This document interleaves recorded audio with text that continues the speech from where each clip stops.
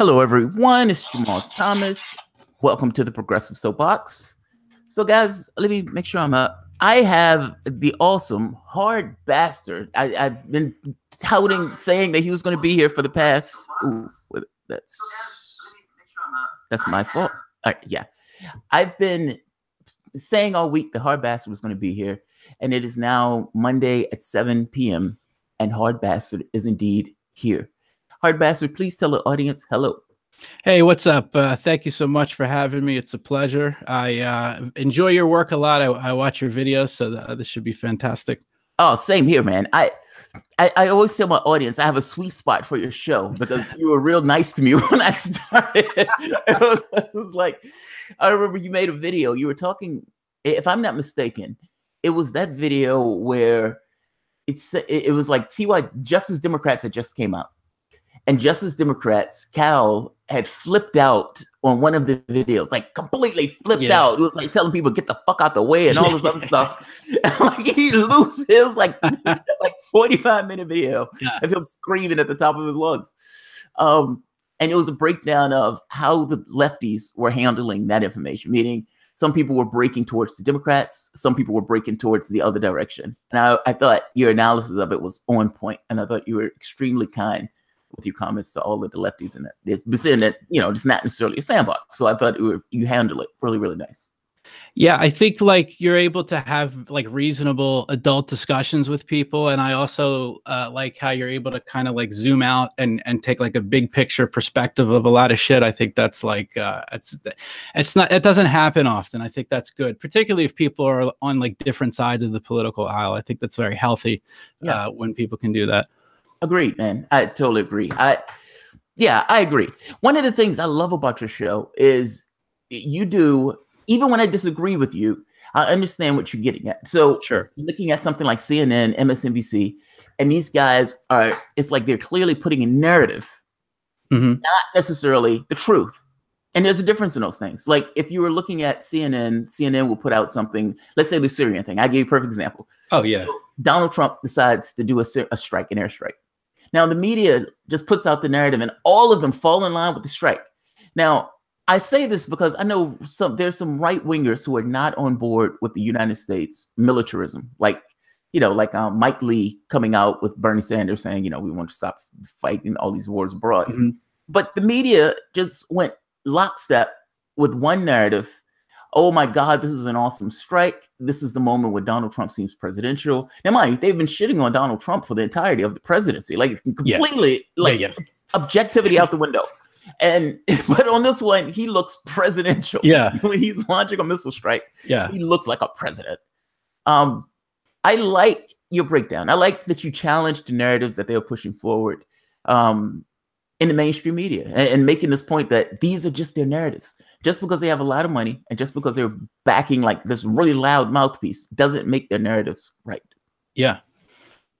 Yeah, I think that my issue with the media is not even necessarily about political differences. It's just about the fact that they're constantly lying. And whereas there's like you take like YouTube commentators that might be liberal, which that's a whole another discussion just from the standpoint of like, I'm trying to get used to the way politics are now and being considered a conservative, when I used to hate conservatives and read right wing watch all the time. But I do think that the paradigm has shifted, and if most people consider you conservative, I guess that's just going to be what it is. But it's more like I don't really, if people have disagreements with politics, I have no issue with that. It's just that the corporate media outlets are just constantly lying. And I think it's insidious. And I think that right now, it just so happens that most of the lying is happening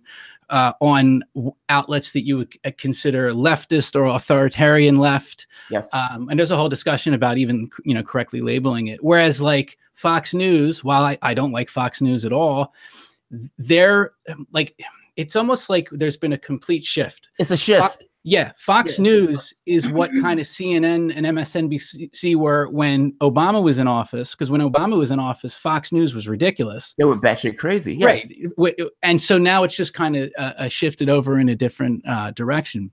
I realize when but it's one of those things that takes you to be old enough to see it, because otherwise you grow up into a paradigm and not realize it. Like, so you grow up, and as you come in your political awakening, Bush is in office. You have Rachel Maddow, Keith Olbermann, and all of these guys going after them like nobody's business. Yeah. And you're like, wow, these guys are real lefties. Yeah. Then Obama takes office, and you're like, whoa, they're letting this guy get away with the same shit that they were yelling at Bush about. Yeah. And you realize, oh, they're hacks. They're just hacks. Yeah. Like there's something in you that just deflates in that moment, because you realize it flips. Like, so I've gone after Fox News many a times, but then I found myself now doing videos with Tucker Carlson, ripping to shreds Adam Schiff. Right. Just sitting there like cheering Tucker Carlson on, like, what has happened? And I hate it. I mean, I hate it. I'd never liked Tucker Carlson. I never liked Sean Hannity. And it's like, but and make no mistake, they're doing it because it's politically expedient. And I get that, but it doesn't change the facts. It doesn't change the fact that Adam Schiff is lying his ass off and Tucker Carlson is right to call him out. Agreed. Tucker Carlson ripped him a new one. Yeah. Let me ask you this. Let's step back for a moment. Sure. How did you start this? So what was the motivating factor? I oftentimes when I talk to YouTubers, there's always this motivating thing that gets them to say, fuck it, I'm doing a video. What was the origin of Hard Bastard? And by the way, for the name, my mom was like, so when is Black Bastard coming on today? I was like, what? When is Black Bastard coming on? I said, you mean Hard Bastard? Yeah. What is Hard Bastard coming on? That is hilarious. I was like, there's nobody coming on this show named Black Bastard. I was tripping out because I love the name. That's why she was Thank like, you. Yeah, she was like, she says, I love the name. I was like, when is he coming on? I said, okay, you got the name a little mixed up, but yeah, you'll be on tonight at 7. So what was the origin? What was the beginnings of Hard Bastard? The name itself, I had to pick a name for YouTube, and the name itself was from an old school Kung Fu movie that I just thought the name was hilarious. It was as close as you're going to get to like fucking asshole as a name for a movie. Like, it's really insane, like Hard Bastard. So that's basically what it was. But starting out on YouTube, I would say seeing how like the authoritarian left was starting to infiltrate like colleges and go after free speech. And then I would say that one of the more influential people, because then that kind of spread to the social media, and now we're seeing things that people like. There's a guy named Dave Cullen. His YouTube ID is Computing Forever. He called this like 2 years ago that eventually all this stuff would seep in because you had the college kids would then be graduating on and going into fields. So now you have the tech fields, and you have people who are in positions who are now using their ideology to go after not only conservatives but also liberals who are not with the corporate narrative. I guess it was over the summer of 2016, I was like, okay, I feel like I'm in a position where we could potentially have a change to the First Amendment. And if we do, I want to look back and be one of the people that at least tried to do something. And that's why I started the channel. It wasn't initially for news, though. It was just initially to kind of speak out against that stuff. And then I just, one night I started to notice, because, you know, you had the shift from the media, and then Trump enters the picture. And at the beginning, I was like anti-Trump, and I just thought he was ridiculous. And I would see his surrogates come on and just lie and try to. What bothered me is the surrogates would try to defend him in the context of political correctness inside politics, and you could never do that. So I was like, oh, they're so disingenuous. But then the shift, there was such a shift where the media went so crazy. I started to notice, and the first video I think I did was Rachel Maddow did a segment, and she's horrible. And I noticed she was using the exact same propaganda techniques that the Watchtower Society used. I was in a cult that I escaped from in 2007, the Jehovah's Witness cult, and they were using the exact same, she was using the exact same propaganda techniques. So I made a video, just kind of, I got a Watchtower, and it's like the magazine of the Jehovah's Witnesses. And I said, hey, look at the propaganda techniques this cult uses. And now look at what Rachel Maddow is doing. And that seemed to really get people's attention, and people like that. And I was like, well, if people like it, I'll keep doing it. That's awesome. Yeah. That is so funny. You know, you're right about this, man. like I said, we may fall on different ideologies, but I think Sure. I thought about this as somewhat the same. Like I am somewhat of a free speech, enthusiast on this front. I don't like this idea of shutting people up. If somebody, if Milosevic or whatever his name, Giannis, I can't think of his name. Oh, Milo Yiannopoulos. Right. Yeah. If Milo wants to go to college and give a speech, then let him give a speech. I don't care. Like it. I think he says ridiculous things. Sure. And if there's people out there who want to hear him say ridiculous things, let those people out there to hear him say ridiculous things. It's like drawing attention to it, put so much more emphasis on it than letting 50 people have a conversation, listen to this guy give a speech. Yeah, absolutely. It's like, well, what's the point in this? And you're also right about the media. They went ballistic. They were, when I don't know if you remember this on The View, where Joy Behar, she believes that she found the smoking gun. Somebody whispers in her ear. And she screams at the top of her lungs, yes! Yeah. The crowd went crazy. The crowd went crazy. And you're like, we were able to find a way to impeach a president of the United States. Is that really a screaming ceremony? Right. And come to find out, they were wrong. Yeah. They were wrong. Over and over again. They were wrong. Every story that they thought they had something on. And one of the stories, they just didn't even read the date. Like they just missed the date. Like it was insane. All of these stories go in one very specific direction against Donald Trump. It's like, what are the chances that it always goes in one direction? Right. Like they seem to have a very clear bias in regards to the way they report this information. Yeah. And my thing is like, I don't, whoever the president is, whether people like them or not, I mean, look, we already have what seems to be a completely broken Democratic primary that they're not addressing, and looks like the will of the people in that regard will not be what the result is in 2020. Unless there's a change. I mean, we do have a little bit of time. So the general, as far as I'm aware, is not as rigged. People would also, I guess, argue against that. So far, I'm comfortable saying that. So, but regardless, to remove a sitting president, I have no problem removing any president if you have the actual evidence of a crime. Right. Then there's no issue there. They don't have evidence, and this, I think, is clearly a push by whatever you want to call it, the deep state, the establishment, to push out a president that they don't like, who robbed the queen of her throne that was supposed to be rightfully hers. And I think that would fundamentally alter the fabric of the nation, just like I think getting rid of free speech or changing free speech would. And so that's really what my fight is as far as against the corporate media and what people would perceive as defense of Trump. I think that if it was any president, I would do this. Call it what it is. It's a coup. Absolutely. It's literally a coup. I mean, they're trying to use this illegal fig leaf for this. But when you really look at it, like when you really get into the details of, two things, because the Mueller investigation and Clinton walking, I often make the contention that those things are hand in hand with each other. Like, absolutely.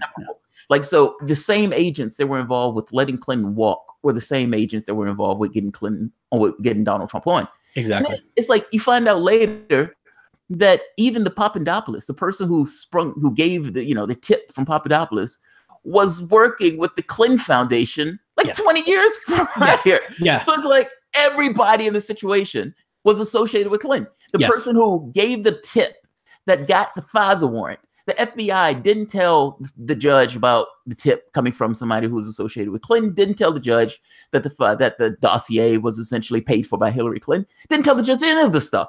And then what makes it so bad, 99.7% of the warrants are approved, meaning that even if they showed the evidence showing that this was essentially something that was paid for by the Clinton campaign, they still would have passed it most likely than not. But the fact is they didn't show it. Like, all of this looked really dicey, and I agree with you on this. It looks like they're trying a coup. They look like they're trying to find evidence in order to take down the sitting president. Yeah. Yeah. And then it's getting to the point where if people are talking about it, or, I mean, you really can pick any of the narratives that they demand that we accept, then now there's going to be repercussions. I mean, all of us on all of the sides have been affected by whether it's community guideline strikes or some sort of sense. I am not aware of anyone that does this that hasn't had something, whether some people are affected worse than others, but And I don't think it's a coincidence. I think that the election showed that they no longer have control of the narrative, and the free flow of information is that for the people to have is a threat to them. And now they're trying to shut it down. And I don't think it's a coincidence that you have the midterms coming up, and now this kind of extra effort to censor people. Yeah, I agree with you, man. It's worrying. I got to be honest. Like, because my thought was, in the same way that they're using this to attack what they would consider to be alt-right, they're going to also attack the left. Like, the war in this is this kind of anti-establishment versus establishment. And you have this mainstream narrative that they're trying to shove down your throat, while at the same time trying to shut up these voices on the left and the right that are not going along with the narrative itself. That's what it seems like. And whether clearly they had a choice on who they wanted, very clearly. Like, they wanted Clinton in that office, and they just was going to do their best to make sure that happened. And it didn't happen. And they flipped out. And all of a sudden, Trump and Russia, with the idea of delegitimizing Trump. And it's funny. People get on me saying, why are you defending Trump? Well, why are you defending Russia? And it's like, it has nothing to do with Trump. It has nothing to do with Russia. My perspective on this would be the same regardless of the president that was in that office. Absolutely. I don't like this. If they went after Trump for the emollients clause or something like that, fair enough. Okay, fair enough. You got him. He's earning money as a president. Fair enough. But that's not what they're going after him for. Like, yeah, I mean, I think that like there's plenty of things, particularly if the media has a liberal slant, there's plenty of things to disagree with Trump on. There's plenty of criticisms to give a Republican president. But there's a problem. Any attack on Trump is effectively the attack on Democrats also. Like, because the dirty secret is they act like Trump is something fundamentally different. Donald Trump is just an extension of the last president. I mean, he's more active on Twitter, fair enough. And he may be more gross, but for all intents and purposes, he's not doing anything fundamentally different than the other presidents did. So if you're going to go after Trump on something like that, then you have to go after all of them. Like, it's like you can't have this piecemeal justice where you're going after the guy for something that the other presidents also have done. At least that's the way I see it. I don't see Donald Trump as being that drastically different from the other presidents. Yeah, well, I think this is the other thing. I think it brings to the table, like, even like some of the areas that I don't agree with Trump on. Like, for example, I can't stand Jeff Sessions, but then when I'm like doing news aggregation and I'm debating on like what I think is important, I'm thinking, like, compared to like what is happening with them trying to remove Trump from office, or the latest bullshit narrative, or the attempts to censor us, I'm like, that is way more important than my personal disagreements with like Jeff Sessions on, like, militarizing the police or marijuana and all this stuff. So it's like, I think there's disagreements I see a lot with people as far as like the importance of the politics of it. Whereas, like, I'm just like, we got to make sure they're not successful in this coup, and that the First Amendment is not changed. Like, and then once we're in an area where it looks kind of like we're okay, then fine. You want to and like I said, anyone can have it. It's like, I don't really care what other commentators do. I just think that it's unreasonable when people try to say, well, if you're not covering certain political aspects of Trump, well, there's other commentators that do that, and just like watch them. You know what I mean? Like, it's like each commentator, I think, has their own place where they do well. Like, I mean, like H.A. Goodman is like who you go to when you want to see Democratic destruction and all of the crimes of Hillary Clinton out. You know what I mean? So it's like, I think that it's good to have kind of different people focusing on different aspects of the political game. Yeah, absolutely. I mean, everybody has their thing that they're interested in, and the way they focus on those things. You don't have to cover each and every case. Like, I don't spend a huge amount of time covering Trump because the media spends all their waking breath covering Donald Trump. It's like, well, do I really need to pile on to something that these guys are already doing? Yeah. Yeah, I agree with you on this. So let's talk about Jimmy Dore. Sure. So I watched your piece. So for those of you who don't know, Harbasson did a video saying Jimmy Dore is experiencing cognitive dissonance. It was something to that effect. I'm paraphrasing, but that's what it boils down to. And in the video, he makes this point of showing Dore setting a standard. So Dore would say, if you're calling yourself a lefty and you're pushing war, then you're not really a lefty. You're just acting like you're a lefty in this case. Now, the point that Harry Bass was making was, well, look, this guy just set a standard here. And better yet, I'll let you explain it, because there's no point in me explaining. You're literally on the show. Well, no, I actually appreciate the fact that, like, because you made the video and you were very honest in my position. You didn't misrepresent it, and like, I appreciate shit like that. I told people if they were going to watch this, make sure they watched your video, because I thought not only I think you did well, but you opened up other questions that I think should be discussed that haven't been addressed yet. But so really, it comes down to, well, there's, I think, a debate that should be done just in regards to, like, okay, so you have people's own personal standards and personal opinions, and then you kind of have set standards that I think most people agree with. So, like, I feel like, for example, like, I would never go on CNN or the Young Turks from the standpoint, in the miracle chance that they even offered an invitation, which is not happening. But let's say that they, I would only go on in an adversarial role. I would not go on like on the dais and just like contribute to the news of the day. I would personally not do that. Now, if someone disagrees with that, I don't think that's necessarily unethical. I think we just have a difference of opinion. But I think what I try to do is what I noticed, particularly, at least with my audience, is that they want the commentators to kind of be consistent with the standards that they set. And I think Jimmy, and what got my attention is he went on this series of rants about Russia and the media, which were fantastic. And I was like, oh, he's totally getting it. But then myself, like most people, are watching like, okay, Jimmy, like, well, then, like, what's your stance on the Young Turks? Because the criticisms that you're offering corporate media absolutely apply to Cenk Uygur and the Young Turks. So if you set a standard, for example, that if you support the Russiagate narrative, you're no longer a progressive, you support the neoliberals, you support the warmongers, then I would say it's a cognitive dissonance, thinking that the Young Turks are somehow immune or somehow not doing that. And I think it's like, you put it well in the video, where, first of all, like, I guess real quick, let me establish how I use cognitive dissonance.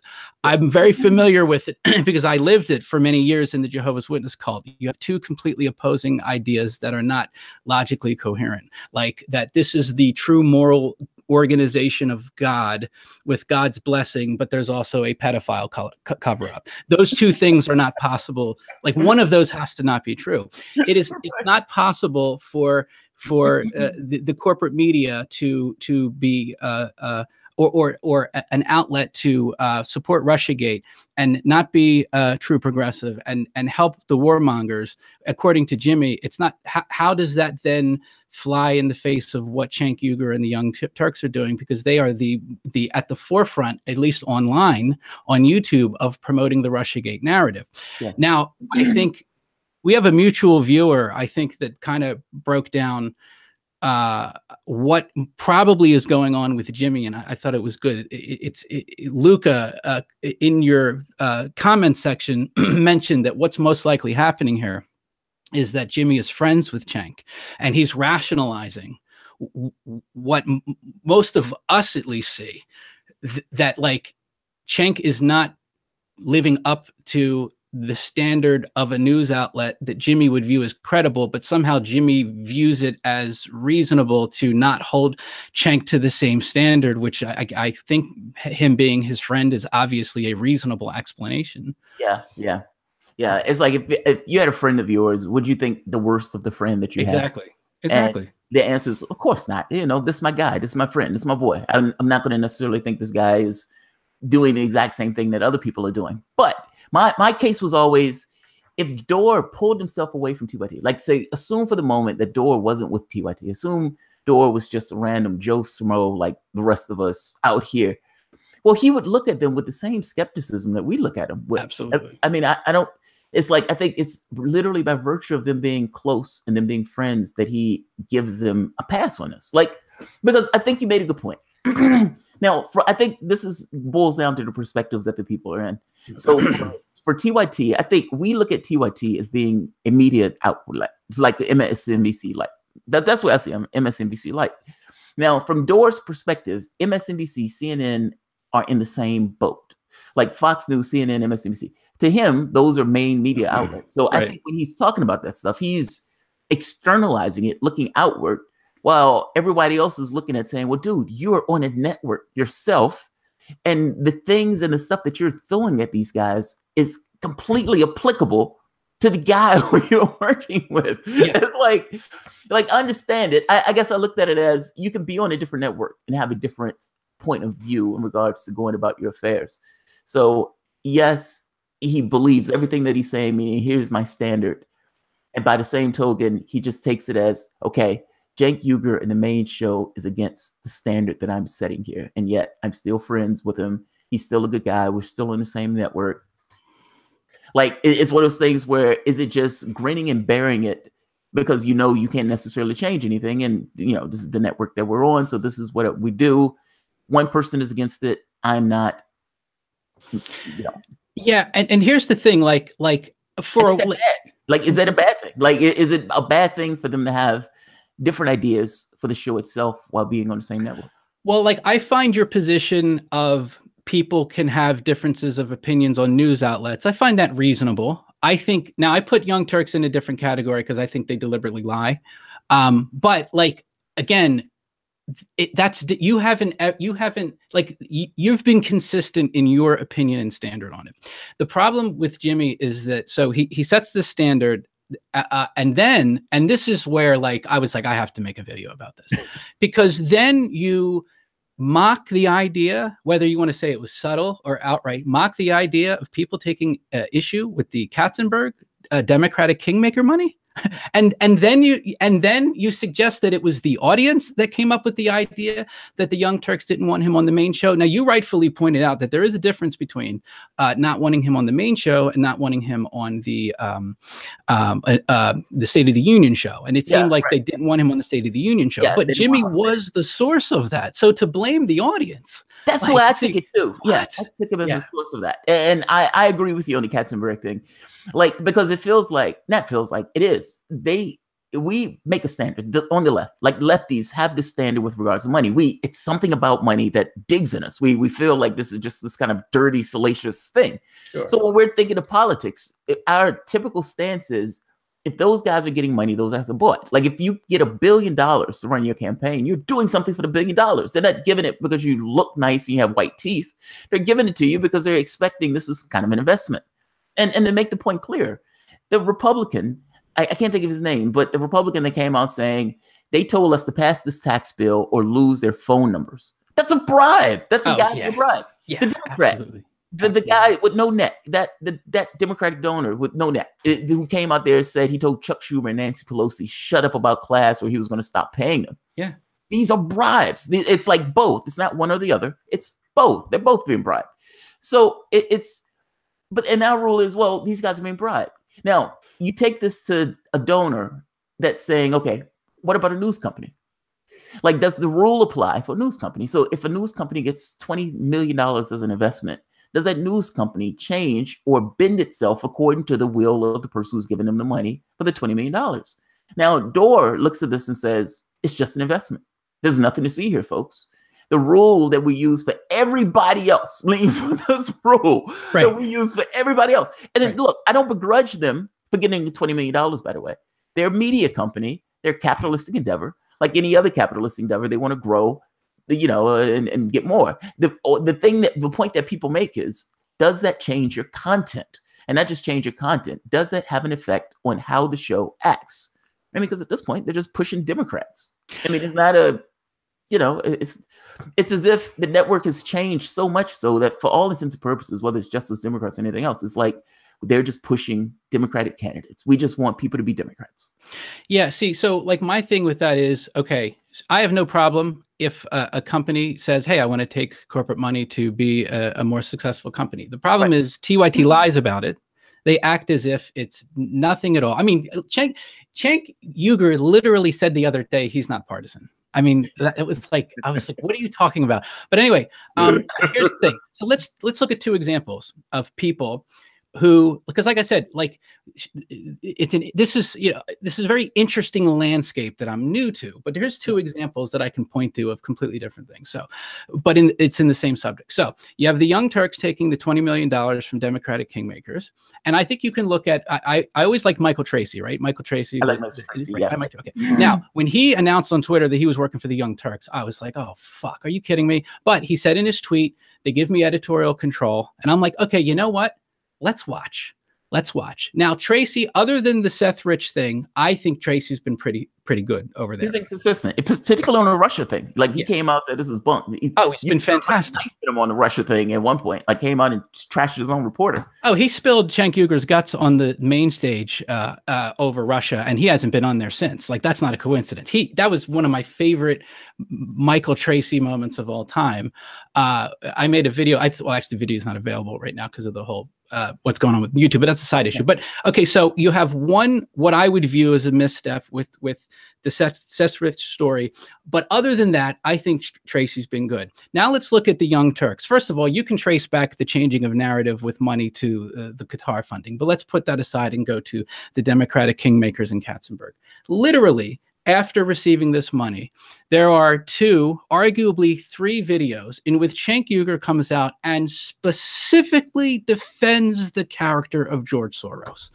I don't know what other possible evidence that I would need. I mean, are you serious? So look, it's fine. But you know what? I don't care if Cenk came out and said, yes, I know I received the money because I believe in the Democratic cause and we need money and this is politics. And if you don't have money, you're dead. But he doesn't do that. He's like, oh no, this is nothing. We're nonpartisan. We tell the truth. We're not biased. Bullshit. It's just bullshit. So be honest about it. That's really my problem with TYT. So what you're saying as far as like in principle, like, you don't see a problem with a business. I don't necessarily disagree with that. I just think TYT lies about it. And that's really, I think, the issue. It's not so much that they take the money. It's that they downplay the fact that they take the money. Right. Like the money, like we're pretending as if the money doesn't have an impact on the show. Right. The show has changed. Yeah. I was privy to a conversation that these people were having on Twitter. And they weren't being spiteful. They weren't being hateful. They came across as people who just used to watch the show. And as it become more like MSNBC light, it faded away from the show. They pulled it's like, I can't stand the show in the way that the show is. The show is essentially just MSNBC. It doesn't really give me anything that I'm looking for. And like I said, they weren't being spiteful. They weren't being hateful. They were just being honest about this kind of frustration with the direction that the show is taken. Whether that has something to do with the money or not, this is, maybe not, but either way, there has definitely been a change in the tenor of the show. So I agree with you on that part, that something has changed. Whether it's the cash, no. So yeah, I mean, and so like with Jimmy, it's like, like if Cenk's your friend and you want to continue to be on the outlet, okay. I mean, that's men make decisions and that's fine. But like when people blame the audience for shit that they've clearly done, like that's this is the kind of things. And this is the thing. I would love to see Jimmy Dore leave TYT because I think he would be great on his own. And because you know what, I don't even cover him that much because the only time I think I covered him is I think he was a bit too virtue signaling about the football protests. I think I've maybe done one or two videos at most total about Jimmy Dore. For the most part, I think he's good. And like he does these live shows. Awesome. Yeah. Did you see the live show where he destroyed Keith Olbermann in front of a live audience? That was amazing. Like I can totally get with that, but this is just the area where I'm like, this is not consistent. And here's the other thing. I root for people and I see a lot of disgruntled people coming from whether it's Bernie voters, whether it's from former TYT people. And I see this group of people that like, is willing to put their allegiance behind a political movement as long as that political movement will just fucking respect them and cut the bullshit. And it's almost like right now we see the people out here developing the movement against the establishment. Yeah. But I think they would do so much better if they could get a better read of the people and like, because I think there's a lot of people that want to support Jimmy and want to support other people out here. But when they see shit like this, they're just not going to do it. And I think the more of us that are on board against the establishment, regardless of the political ideologies, the better. Now, let me say this. I've made videos saying I don't think he should leave TYT. Sure. Now, and the reason I say that is, for all intents and purposes, even I break this up into perspectives. Like I said, I think from Dore's perspective, it's not that way. Like let me say it this way. I've heard Dore go on a tear, like where he is, like you said, going after the Russia thing, headlong into the Russia thing, just annihilating that perspective of the Russia thing. And he does it. It doesn't matter where he is. Like even though some of that stuff has to include TYT, he doesn't. Absolutely. He still does it. Like he still makes his point. He still makes his argument, and he still goes balls out as if, like, I don't know what he would do differently if he was on a different network. And I like this idea that he's on the network to challenge some of the nonsense that comes out with regards to Russia and TYT and on this front. Like, I guess my feeling was always, yes, there has to be a tense relationship. Like, it has to be a certain amount of intensity between the two. Because, you know, of course, if you're really animated about the Russia thing, and this Russia thing is dangerous, which I consider to be dangerous, I think they're positioning us as against the nuclear power. Sure. And you're pushing back at it as hard as you can push back at it, and the network that you're on is going in the opposite direction, I would imagine there is a massive amount of frustration associated with trying to square that.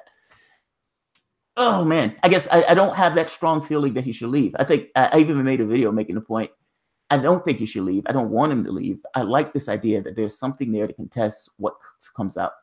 But go ahead. I would say deal with that part, because I agree with you to some degree where I would imagine it's like kind of going back and forth with regards to, okay, these guys are pushing one direction and I'm pushing in the opposite direction, and this is frustrating. So I give you that part. I guess I don't see how the network stops him from being Jimmy Dore. Oh, well, as far as here's the thing. I think this comes down to what the personal opinion is of what TYT is, really. That's really, I think, what that comes down to. Like, this idea of a show where you have multiple opinions, I think would be fantastic. The problem is TYT will do shit like unlist his video if he gets a little too aggressive. Right. So they unlist the video and that things was an like amazing that. Video, by the way. Oh, it was awesome. Yeah. It was awesome. Not having him on the State of the Union, not wanting him. I mean, that's at least what he said. As far as, again, State of the Union, not main show, State of the Union. So is that show in my mind? Like, I don't really view that show like that. That would be great if there was a news outlet like that had multiple perspectives. But I feel like, I don't know, just my read is that, like, Jimmy's tolerated, and when he gets like too out of line, they will unlist the video. And, like, I guess it comes down to how severe do you view that? And I think this opens up the conversation as far as, like, our own personal standards, holding people to the standards that they set for others. And then also, because, like, it's so fascinating to watch the landscape, and this shit's probably going to get crazy when the midterms come. But just as far as, like, this is going to be a fuck fest. Yeah, it's going to be crazy, because you'll look at, like, when media personalities clash, you have, like, different personalities with, like, take, for example, I'm just using an example, like Zach Haller and Sane Progressive, right? They're both like, no bullshit. Like, they are very clear what their fucking standards are, and they will fucking cut the head off of anyone that they feel is, and I like that. But sometimes I'm like, because, like, there was the whole thing with Tim Black, and people were criticizing Tim Black because he went to the People's Summit, and I'm like, but Tim Black's always kind of sold himself as a person that's trying to make a difference within the Democrats. So while, like, I don't agree with the decisions that are made sometimes, I can't go as far as to, like, I feel like it would be unreasonable for me to demand that a person that's never set a standard like that for themselves, or that, like, I have a certain standards, like, I would be like, yeah, fuck any sort of corporate bullshit. If Donna Brazil's on my show, I'm going to tell her that she's full of shit. Now, I'm never going to get a guest again. But, like, is it reasonable to tell Tim, you must do the interview the way I would do it, otherwise you're a sellout? Like, I just don't feel like that's reasonable. But on the other hand, I want to make clear, I don't agree with the attacking of Zach for his opinion, because I think Zach is fucking fantastic. Agreed. So, but it's just so fascinating to observe all this shit happening, and I'm just like looking. I'm like, wow, this is so, because I'm new to this. This is all completely new to me. 2016, man. I mean, I realize it's all of this are reverberations from 2016. Like, you had a situation where you had all of these people who were lefties, who were, for the most part, fundamentally Democrats, and they get screwed over royally and screwed over in the open, like where everybody understands it. Oh my God, they just cheated this guy. And then these lefties who were fundamentally Democrats became something else. Like, you had millions of people who left the party and they became something else. They weren't quite Democrats. They weren't quite out of the party, even though they hated the party like nobody's business. They didn't necessarily know what they were. And so you end up with this media landscape where these people are these kind of quasi positions. They don't trust the party system. They don't trust Democrats. They don't trust fundamentally anything. And they look at the media and they try to come to their own conclusions on what the media is, meaning they're not stuck in the typical paradigm that exists. So Zach Howler takes a position of, yes, he's on the left, but he's on the left in a way that can be somewhat antagonistic towards other parts of the left, just depending on what it is. Same progressive has gotten to the point where she's like, I don't believe in any goddamn thing. And for all intents and purposes, there needs to be a fundamental level of integrity on anything that needs to take place. Yeah. Like, you understand their standards and they stand by those standards. Hate them or love them, they stand by their standards. I agree with you on this. Like, you judge the person by the standard that they themselves set. If I myself come out and say I have a humanistic perspective, and then I come out the next day saying we need to invade some country, well, you know, exactly. That's clearly I'm either have lost my medication or I'm on medication. Something took place between then and now. So I understand where you're coming from. 2018 is going to be fascinating. 2018 is going to be fascinating. You're going to have lefties attacking Democrats. You're going to have Democrats attacking lefties. You're going to have Republicans. Oh man, it's going to be a fuckfest. And you know, the Democrats see some of the people in independent media and they're like, hey, maybe we can get them over to our side. Maybe we can have them shill for a candidate. I imagine some of them are going to do it. Yes. And it's just going to be crazy. It's going to be crazy. There will be punishments for something like that. I guarantee, because you must understand, there's a faction of the left that is completely antagonistic towards Democrats, myself being one of them. Oh yeah. Bittner being one of them, Jimmy Dore being one of them. Sure. Zach Howler, like, these people who are burned and scarred and walk around with those scars openly waiting to just punch at somebody's throat when they get the opportunity to go so it's going to be fascinating. Like, and you know, they are doing that. So Joe Manchin going on TYT in order to give his message to show, look, I'm not as much of a goblin as you guys think I am. And if you want a Republican in that office, you know, that type of stuff, like trying to ingratiate himself to this particular audience because he realizes I may lose to this Republican. They will. Donna Brazile didn't go on Tim Black because Donna Brazile just loved the way Tim Black, you know, wore his hat or wore his clothes. She went on because she is trying to ingratiate herself to the left. Same thing. Her and Nomika Kantz. When Nomiki comes back and saying, yeah, I had her pager number and all this other stuff, she's doing this because she's trying to ingratiate herself to the left. All of this woman is a political, you know, she's a political operative for the past 40 years. Yeah. And they're acting like they're buddies, like they're having pajama parties. This woman is doing work.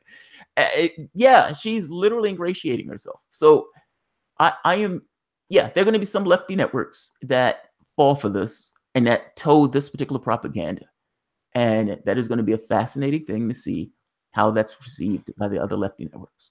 And it just seems like Democrats, and I guess ultimately we're going to see, because it's not resolved yet, but I think Democrats just don't realize how done people are with them. I don't get it.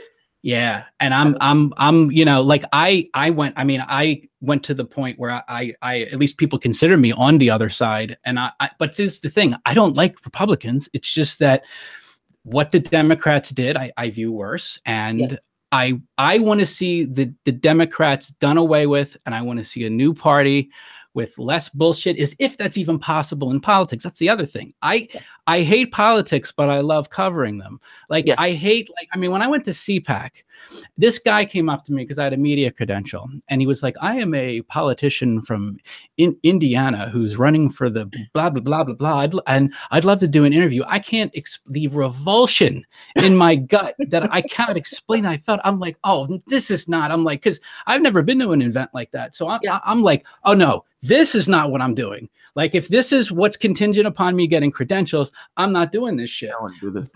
But I also love it because CPAC, and I imagine that the liberal equivalent is similar, that you have, the CPAC was like a combination of, you had like the crazy neocons calling for like regime change in China. Yeah, literally, like they literally called for regime change in China. We were all looking at each other like, did he just say China? Yeah. That sounds about right. Right. You have them, you have the alt-right there, you have, then you have like the media, like it's almost like just an area of prostitution where like people are just selling themselves. Now, that's not to say everyone in the media there was like that, but you could see how there, it was just this total, I was like, but there's also regular Americans there that they feel most comfortable at a CPAC. And I imagine on the liberal side, there are people, well, look, the People's Summit. There's regular people, regular progressives that went to the People's Summit. I went to the People's Summit. Right, exactly. So it's like, it's just, it's a wild time. And I think right now, but I think that the more we can try to figure out a way to unify against the establishment, and I've been guilty of it myself. I had a viewer, I'm not going to say who, because they did it in private, but they pointed out, and I think they were right, this idea that like, when I'm like, because it's a combination of the conditioning of talking about the left and the right because of the labels that they give us, right? So it's a total mental conditioning, but it's also, I'm still pissed off. Like, I'm still pissed off that I am now a registered Republican. I am pissed off that free speech is now arguably a conservative issue. But he was right from the standpoint, like, I think we need to figure out the proper labels. So whether it's authoritarian left, because when I say left, that encompasses everyone. And that's not fair. It should be the group of people on the left that are engaged in the bullshit. So whether it's authoritarian left, or I don't really know what people end up, what it will be. But it's true, because like whatever will help the most people get on board together, regardless of political beliefs, against the establishment, that is what I'm for. I love that you said that. I mean, because I hit my head on this thing at one point of saying, oh man, it's both.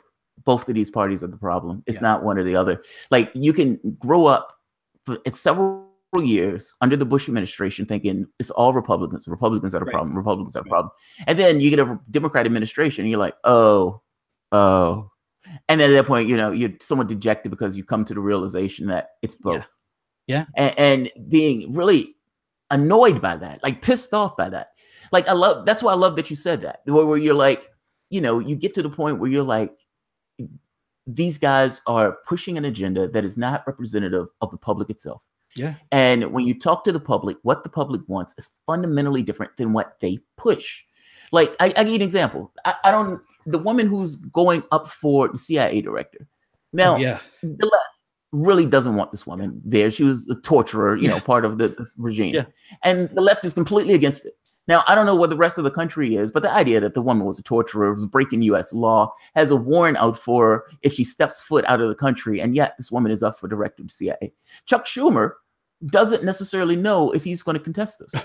Now, this is mind-blowing to me, because this guy's supposed to be part of the resistance. This woman is a torturer, and Chuck Schumer is unclear on what his objective is or what he's supposed to be doing in this situation. That's amazing. That is amazing. Like, and even, when you're taking the bank deregulation, Chuck Schumer was perfectly okay with the banking deregulation. And again, I'm basing this on, you set a standard, you're calling yourself the resistance, and you're saying that you're rebuffing the Republicans. You're saying that Dodd-Frank was this great thing the Democrats passed. Why are you deregulating it? Why are your other Democrats joining in and helping to deregulate that? It's what I'm getting at here is not so much whether the person is representing whether they want to deregulate or not, or whether you agree with the deregulation.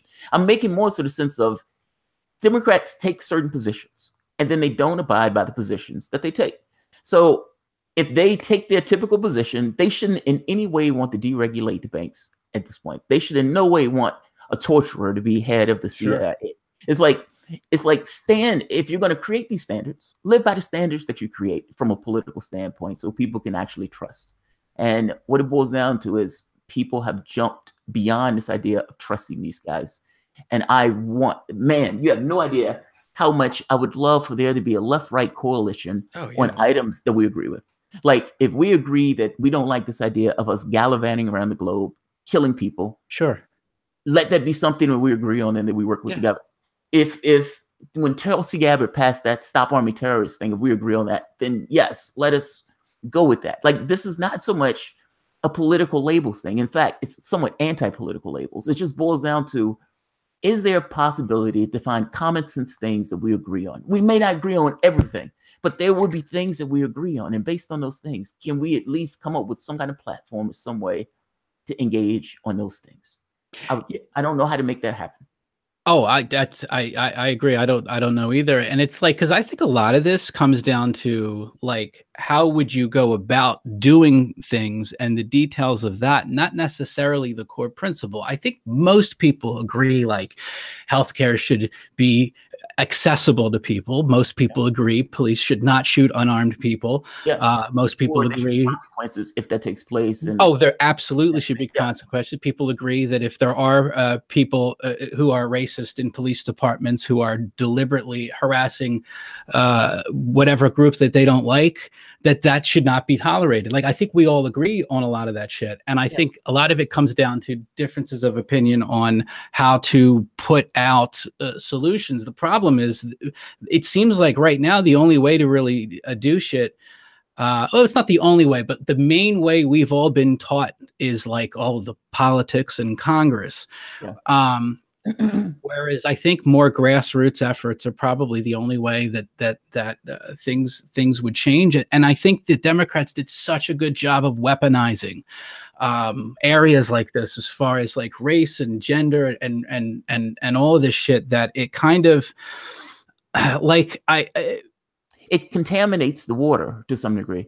Yeah, I think there's probably people stunned that I am against police shooting unarmed people. I imagine there's people in the audience who are like, oh, I thought you were, like, pro-cop. No, it's not an issue of being pro-cop. It's an issue of just accuracy in reporting. And a lot of the time when I'm calling out what I consider exploitation, it's the politicians or political operatives who are exploiting police shootings and things like that for their own political purposes. And I think sometimes people might think that that is being against the justice of like an unarmed person, being given the proper due, and the police officer being held accountable. So I think that's a lot of times people talk past each other. When I watch people talking on Twitter, I think a lot of times people are just talking past each other. And I think part of that is the Democrats, particularly Hillary with her campaign. She did such a good job of acting like, if you don't vote for us, you're just a complete racist, alt-right Nazi, Yeah. They did an amazing job tarnishing tarnishing him in this way. In fact, in two ways. Yeah. So the memo that came out in 2015 that showed Hillary Clinton was going to weaponize Vladimir Putin in order to attack Donald Trump. That was the first way, meaning positioning this country in a hostile position against a nuclear power for political ends. Yeah. That's all it was, literally for political ends.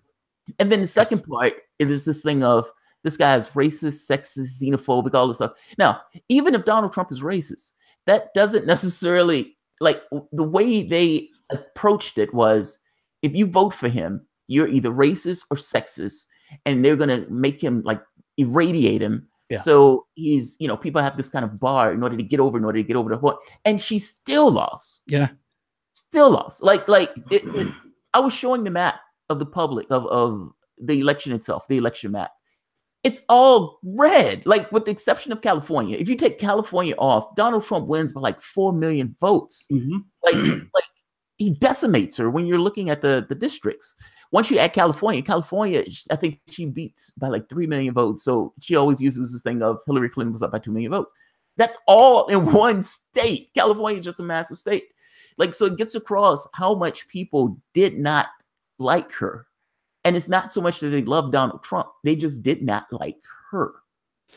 That's what it boils down to. Yeah, and I think he did a good job of like representing like a big fuck you to Hillary Clinton and the Democrats, and people were on board with that. And there's some lefties who did that, who oh voted Donald Trump to get back at her for what took place in the primaries.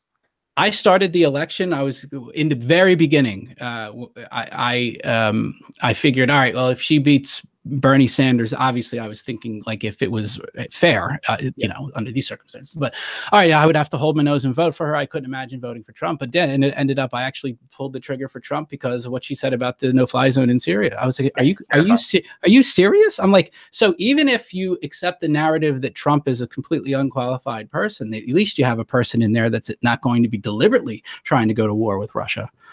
Yeah, agreed. So let me ask you this. So we have 5 minutes left. So I'm curious about this. I don't necessarily know your political ideologies when it comes to war and invading other countries and everything else. What do you think about what's taking place in Syria now? Because Donald Trump said, I want to be conciliatory towards Russia. And yet it seems that he's inching closer and closer to the brink. Like we have United States forces in Syria right now in military operations. Yeah. While at the same token, Russia is in Syria right now legally. We're not there legally, but Russia's there legally, military operations. If the United States shoots down a Russian jet, or if a Russian jet accidentally shoots some kind of American thing, we are at war. Yeah. Yeah, well, I mean, that's obviously horrible. I think that you should invade countries only under the most extreme circumstances. Like I'm not necessarily 100% anti-interventionist. It just needs to be a really good reason. And that reason has to have evidence to support it, and it has to be done legally. So that's pretty much as far as that. But I'm not necessarily anti-war. I'm just anti-unnecessary wars. I do think sometimes war is necessary. But in this case, I mean, Syria, I mean, when you're at a point when you're funding terrorists to fight your battles, like, you got to be kidding me. Like, it's like the moment that you say that in a conversation, it looks like the conversation would end and be like, what? You're doing what? Yeah, because like I'm not necessarily now when it comes to like ISIS and the war in Iraq and things like that, it's like you have to kind of pick like a point in time to go from. So obviously the idea of invading Iraq was a horrible decision. They lied about it. But as far as so then ISIS comes in. I think ISIS is something that has to be dealt with. So and you know what, it's unfortunate because like I understand people don't have the appetite for it after like being at war for 100 years in Iraq. But then it's like it was like the ultimate irony. It's like you wasted all of this manpower. And I want to make it clear, because when people say this, they say soldiers wasted their lives. I've heard people like Keith Olbermann say that. That's bullshit. I don't buy that. I think it's very insulting when they say that. I'm saying that when you go to war for what turns out to be a bad reason, there was obviously a level of wastefulness to that. I think soldiers who die for their country are doing a very honorable thing. When I saw Keith Olbermann say that, every time I bring this up, I just make sure, because that was such a horrible comment he made. But so you went to war with Iraq over weapons of mass destruction. They were nowhere to be found. But then in the vacuum, right, comes what I would argue is like one of the worst evils that we've seen in our time, ISIS.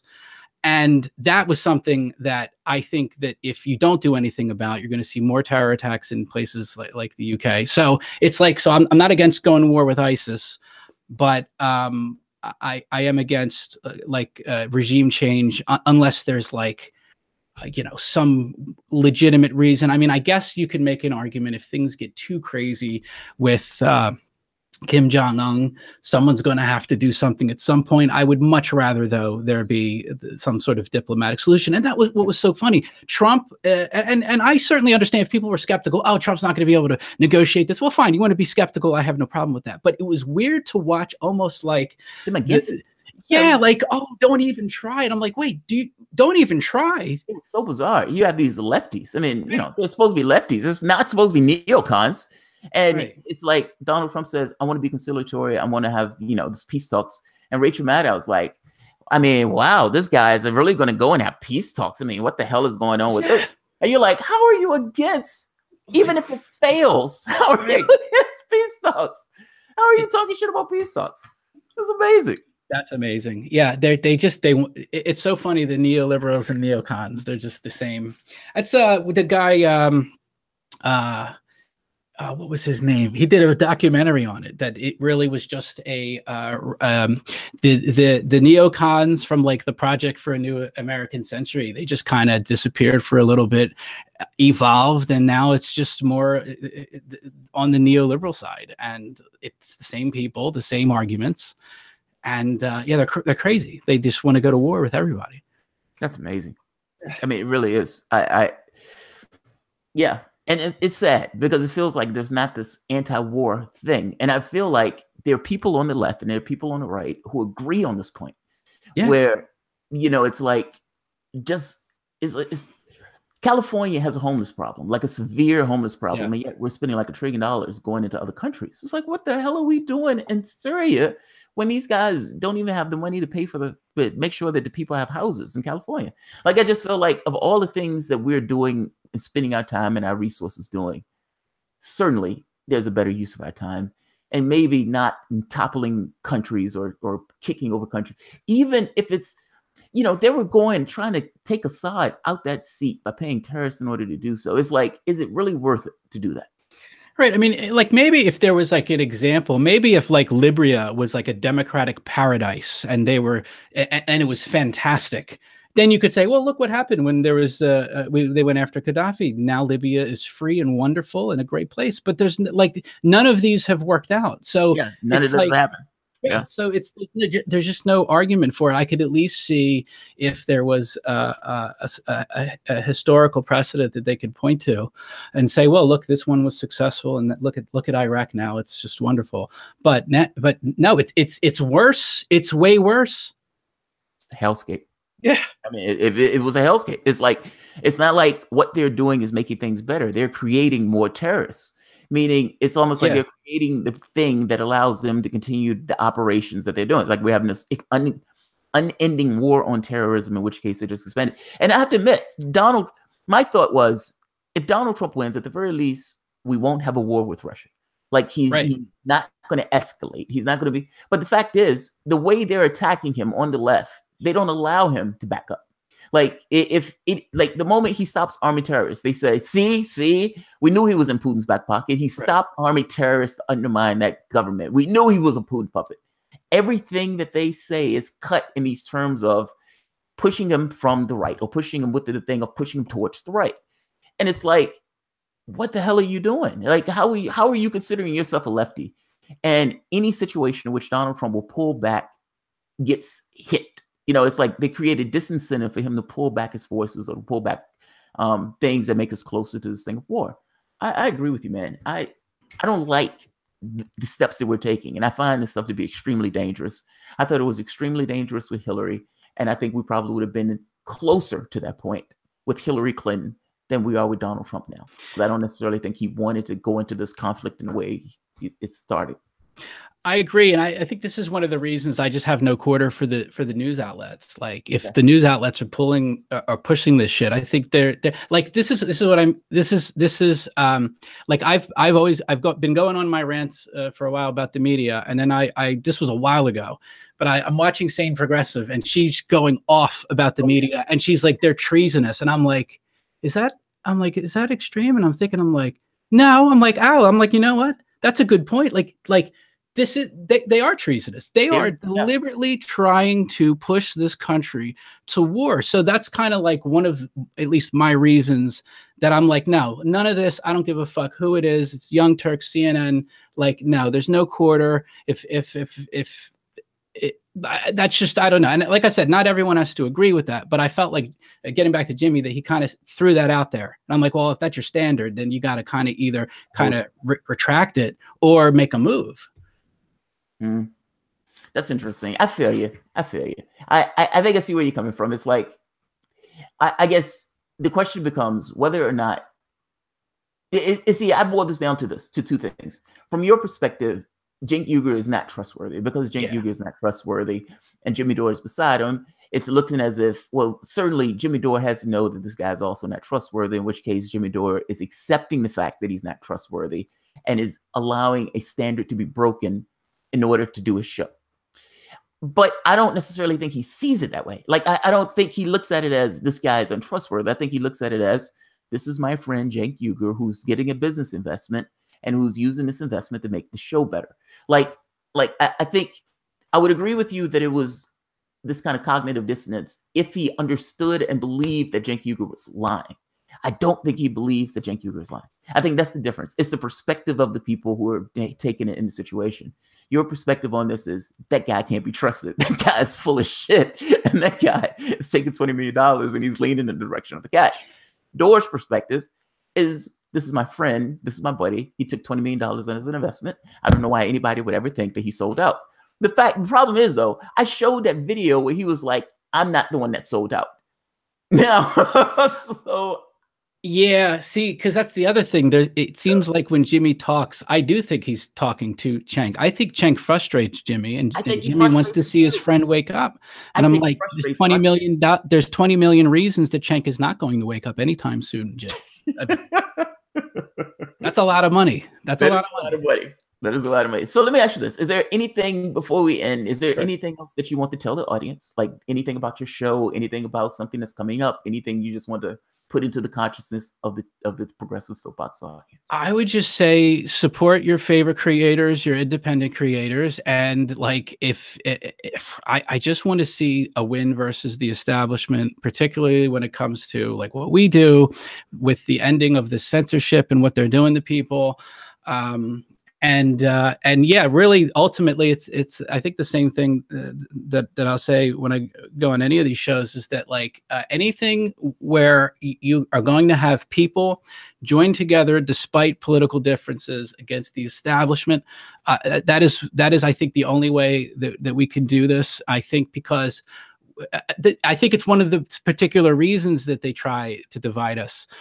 Because they know when the people get together in one voice, that's when the most power is on the table. And a lot of times when you see people do that, that's when change happens. So any ideas, platforms, or whatever, where people are wanting to do this, it would definitely be something I would consider and get behind if it's done a way that I think is reasonable.